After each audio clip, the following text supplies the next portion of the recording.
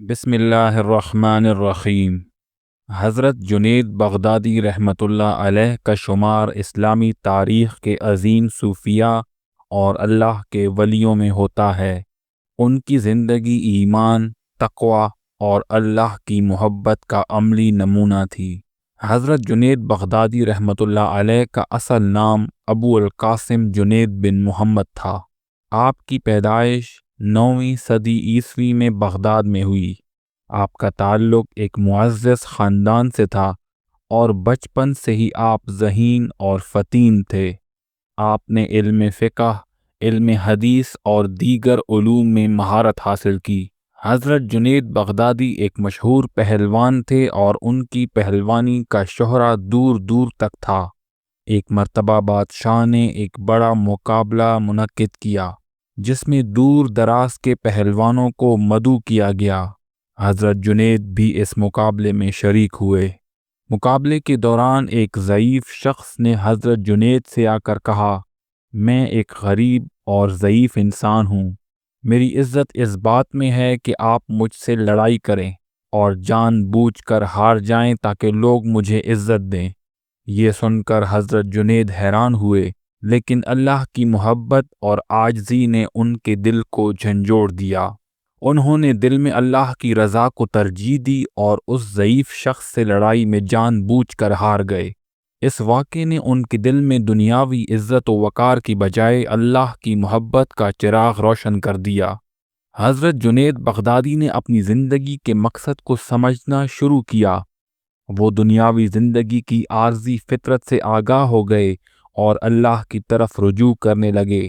ان کی ملاقات حضرت سری سختی رحمۃ اللہ علیہ سے ہوئی، جو اس وقت کے مشہور صوفی اور ولی اللہ تھے۔ حضرت سری سختی نے جنید کو روحانی تعلیم دی اور انہیں اللہ کی محبت، زہد اور تقوی کا راستہ دکھایا۔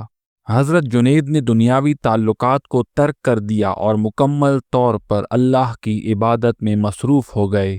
وہ راتوں کو جاگ کر عبادت کرتے اور دن میں روزہ رکھتے تھے۔ ان کا دل اللہ کی محبت سے معمور ہو چکا تھا۔ حضرت جنید بغدادی نہ صرف ایک صوفی بلکہ ایک عالم بھی تھے۔ انہوں نے علم فقہ اور حدیث میں گہری مہارت حاصل کی اور اپنے علم کو دوسروں تک پہنچایا۔ وہ لوگوں کو اللہ کی وحدانیت، محبت اور نیکی کی تعلیم دیتے۔ حضرت جنید بغدادی کی مجلسوں میں لوگ دور دراز سے آتے اور ان کے اقوال اور نصیحتوں سے فیضیاب ہوتے۔ ان کی گفتگو علم و حکمت سے بھرپور ہوتی تھی اور لوگ ان کے کلام سے روحانی سکون حاصل کرتے تھے۔ حضرت جنید بغدادی کی زندگی کا ہر لمحہ عاجزی اور اللہ کی محبت کا مظہر تھا۔ ایک مرتبہ کسی نے ان سے پوچھا، آپ اللہ کے قریب ہونے کا راستہ کیسے تلاش کرتے ہیں؟ حضرت جنید نے جواب دیا، اللہ کی محبت میں اپنے نفس کو فنا کر دو، اپنی خواہشات کو اس کی رضا میں شامل کر دو اور اپنے اعمال کو خالص کر لو۔ یہی اللہ کے قریب ہونے کا راستہ ہے۔ ایک مرتبہ حضرت جنید سے کسی نے پوچھا، اللہ کے ولی کی پہچان کیا ہے؟ انہوں نے کہا، اللہ کا ولی وہ ہے جسے دیکھ کر لوگوں کو اللہ یاد آ جائے اور جس کے اعمال اللہ کے احکامات کی گواہی دیں۔